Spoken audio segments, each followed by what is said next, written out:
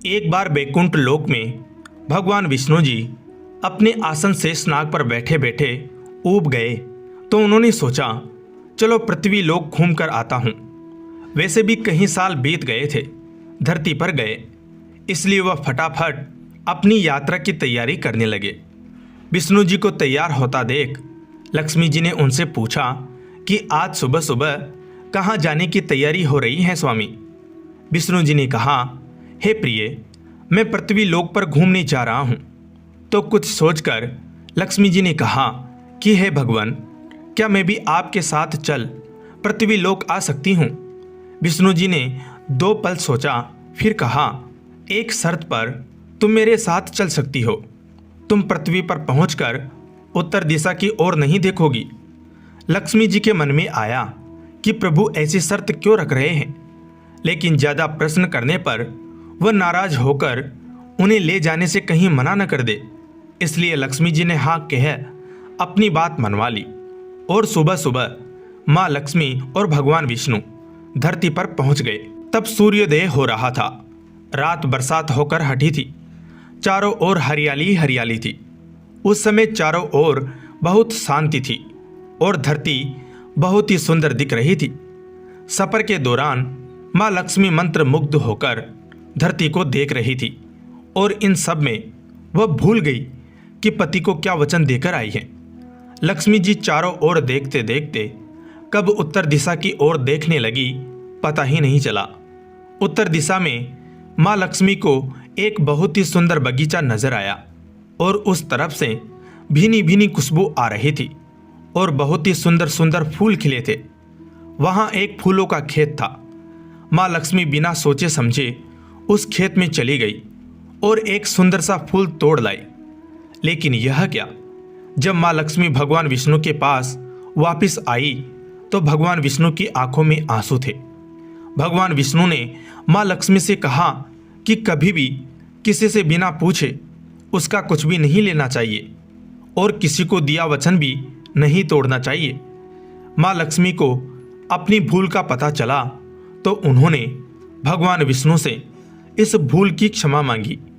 भगवान विष्णु ने कहा, माना कि तुम मेरी प्रिय हो, फिर भी जो तुमने भूल की है उसकी सजा तो तुम्हें जरूर मिलेगी।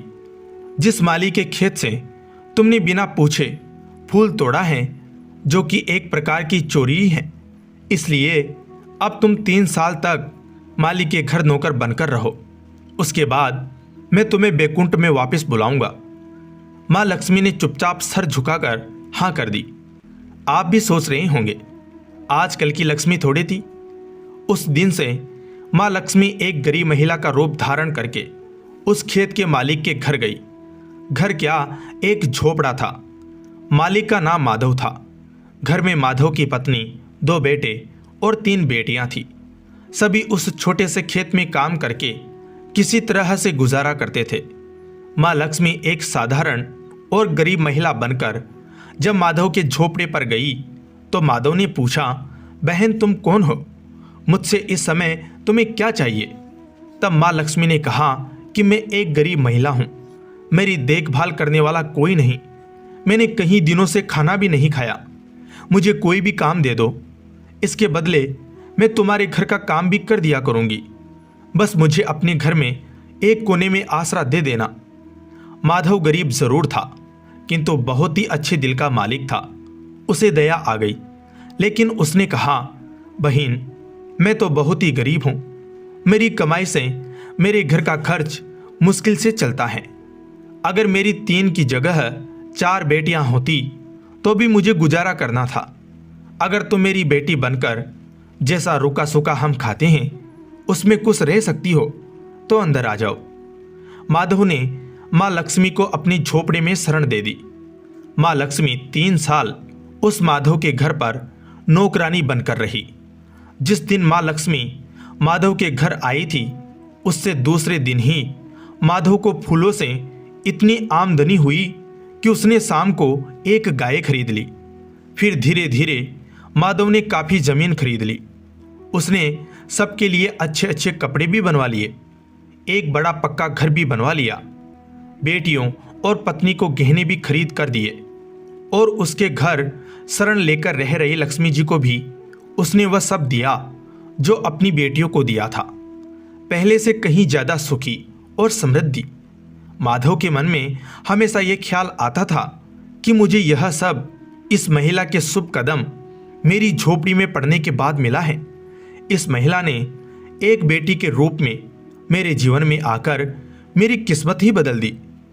3 साल लगभग बीत गए थे, लेकिन माँ लक्ष्मी अब भी घर में और खेत में काम करती थी। एक दिन माधव जब अपनी खेतों से काम खत्म करके घर आया तो उसने अपने घर के सामने के द्वार पर एक देवी स्वरूप गहनों से लदी एक महिला को देखा। ध्यान से देखकर पहचान गया कि अरे, यह तो मेरी मुंह बोली चौथी बेटी यानी वही महिला है। वह पहचान गया कि यह तो माँ लक्ष्मी है। अब तक माधव का पूरा परिवार बाहर आ गया था और सब हैरान होकर माँ लक्ष्मी को देख रहे थे। माधव बोला, हे माँ, हमें माफ कर दीजिए, हमने आपसे अनजाने में ही घर और खेत में काम करवाया है। माँ, यह कैसा अपराध हो गया? हे माँ, हम सबको माफ कर दो। माँ लक्ष्मी मुस्कुराई और बोली, हे माधव, तुम बहुत ही अच्छे और दयालु व्यक्ति हो। तुमने मुझे अपनी बेटी की तरह से रखा, अपने परिवार के सदस्य की तरह से मान दिया। इसके बदले मैं तुम्हें वरदान देती हूँ कि तुम्हारे पास कभी भी खुशियों की और धन की कमी नहीं होगी। तुम्हें वह सारे सुख मिलेंगे जिसके तुम हकदार हो। फिर माँ अपने स्वामी के द्वारा भेजे रथ में बैठकर बैकुंठ चली गई। जय माँ लक्ष्मी, जय भगवान विष्णु की। धन्यवाद।